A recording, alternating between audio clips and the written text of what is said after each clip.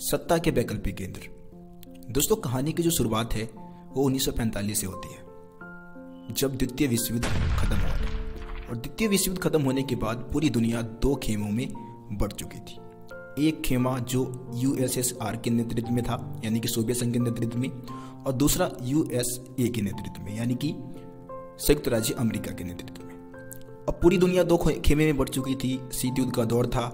दोनों ही महाशक्तियों के बीच में ऐसा लग रहा था कि कभी भी युद्ध हो सकता है, संघर्ष हो सकता है, लेकिन वास्तव में कभी युद्ध हुआ ही नहीं। और आखिरकार 1991 आते आते तक क्या हो गया, सोवियत संघ का विघटन हो गया, सोवियत संघ टूट गया, है ना। अब सोवियत संघ के विघटन के बाद क्या हुआ, अमेरिकी वर्चस्व की शुरुआत हो गई। अमेरिका ने क्या किया, पूरी दुनिया में अपनी दादागिरी दिखाना स्टार्ट कर दिया, अपना दबदबा कायम कर लिया।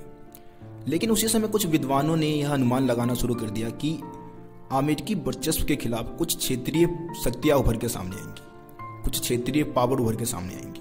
और ऐसा हुआ भी, जैसे कि यूरोप में यूरोपीय संघ, दक्षिण पूर्व एशिया में आसियान की स्थापना हुई। इसी समय जो चीन है, चीन की अर्थव्यवस्था का उत्थान हुआ, कोरिया की अर्थव्यवस्था का उत्थान हुआ, भारत भी इसी समय बहुत तेज गति से विकास किया। तो कहीं ना कहीं ये क्या थे, सत्ता के वैकल्पिक केंद्र थे, जो कहीं ना कहीं अमेरिकी वर्चस्व को खत्म कर सकते थे, अमेरिकी वर्चस्व को कई हद तक सीमित कर सकते थे। तो दोस्तों, इस संदर्भ में हम सबसे पहले बात करने वाले हैं यूरोपीय संघ की। तो दोस्तों, आप देख रहे हैं मेरा यूट्यूब चैनल रोशन सा स्टडी पॉइंट, और आप लोगों ने अगर मेरे चैनल को अभी तक सब्सक्राइब नहीं किया है तो सब्सक्राइब करके बेल आइकन को प्रेस कर दी, ताकि मेरे चैनल पर आने वाली सभी वीडियो का नोटिफिकेशन आप तक पहुंच सके। क्योंकि इस चैनल पे आप लोगों को सभी चैप्टर एनिमेशन के माध्यम से सरल और स्पष्ट भाषा में एनसीईआरटी के अकॉर्डिंग आपको समझाया जाएगा। तो चैनल को जल्दी से सब्सक्राइब कर ले आप। यूरोपीय संघ। दोस्तों, यूरोपीय संघ की जो स्थापना है 1992 में मास्ट्रिक्ट संधि के माध्यम से की गई थी नीदरलैंड में। ठीक है, नीदरलैंड में इसकी नींव डाली गई थी, और कुल मिला के 6 देशों ने इसकी स्थापना में योगदान दिया था। सबसे पहले आप Germany, France, Italy, Netherland, Belgium और लग्जमबर्ग की आप बात इसमें कर सकते हैं। इसके अलावा इस समय अगर हम बात करें तो इस समय लगभग 27 से भी अधिक देश इस संघ में शामिल है। तो अब हम बात करेंगे कि यूरोपीय संघ की स्थापना कैसे हुई, ऐसी कौन सी प्रक्रिया थी जिसके माध्यम से यूरोपीय संघ की स्थापना हुई, जिसने यूरोपीय संघ की स्थापना में एक महत्वपूर्ण भूमिका निभाई थी। सो गाइस, जब सेकेंड वर्ल्ड वॉर खत्म हुआ, द्वितीय विश्व युद्ध जब खत्म हुआ, तो उसके बाद यूरोप के बहुत सारे विद्वानों को यह चिंता सता रही थी कि क्या यूरोप के देश फिर से अपनी उसी दुश्मनी को कायम रखेंगे, या फिर अपने मेल मिलाप के साथ यूरोप की अर्थव्यवस्था के विकास में विशेष भूमिका निभाएंगे। क्योंकि द्वितीय विश्व युद्ध में क्या हुआ था, सबसे ज्यादा नुकसान अगर किसी भी अर्थव्यवस्था को हुई थी तो यूरोप की अर्थव्यवस्था को हुई थी। यूरोप का जो अर्थव्यवस्था था वो पूरी तरीके से तहस नहस हो गया था। तो अब यूरोपीय संघ की अगर स्थापना की बात करें तो यूरोपीय संघ की स्थापना में कहीं ना कहीं शीत युद्ध ने भी एक विशेष भूमिका निभाई। शीत युद्ध के दौरान क्या हुआ, पश्चिमी यूरोप के जो देश थे उनके विकास के लिए, उनके आर्थिक उत्थान के लिए, अर्थव्यवस्था के विकास के लिए क्या किया, अमेरिका ने मार्शल योजना के माध्यम से अमेरिका ने क्या किया, जो पश्चिमी यूरोप के जो देश थे उनको आर्थिक सहायता प्रदान करना शुरू कर दिया।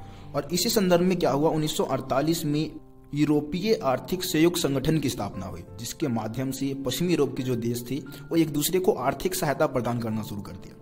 ठीक है, और नाटो के माध्यम से सुरक्षा व्यवस्था भी कायम कर दिया, एक तरीके से कि भाई नाटो में अगर शामिल किसी भी देश के ऊपर हमला होता है तो सभी देश क्या करेंगे, अपने ऊपर हमला मान के एक दूसरे की सहायता करेंगे। तो नाटो के माध्यम से एक सामूहिक सुरक्षा व्यवस्था की स्थापना की गई, मार्शल योजना के माध्यम से आर्थिक सहायता प्रदान की गई। अब 1949 में क्या हुआ, 1949 में यूरोपीय परिषद का गठन किया गया। अब यूरोपीय परिषद के गठन से क्या हुआ कि यूरोप के देशों ने आपस में एक दूसरे को राजनीतिक सहयोग भी करना शुरू कर दिया। तो ये एक तरीके से यूरोपीय संघ की स्थापना का एक अगला कदम के रूप में देखा गया। फिर इसके कुछ साल बाद यानी कि 1957 में यूरोपीय इकोनॉमिक कम्युनिटी की स्थापना की गई। अब इससे क्या हुआ कि भाई इससे भी आर्थिक सहयोग को ज़्यादा बढ़ावा मिला। फिर यूरोपीय पार्लियामेंट की भी स्थापना की गई, और धीरे धीरे इसी तरीके से 1992 आते आते तक यूरोपीय संघ की स्थापना कर दी गई। तो ये यूरोपीय संघ की एक तरीके से स्थापना की पूरी कहानी थी, जो मैंने आपको बता दिया है कैसे कैसे यूरोपीय संघ की स्थापना हुई।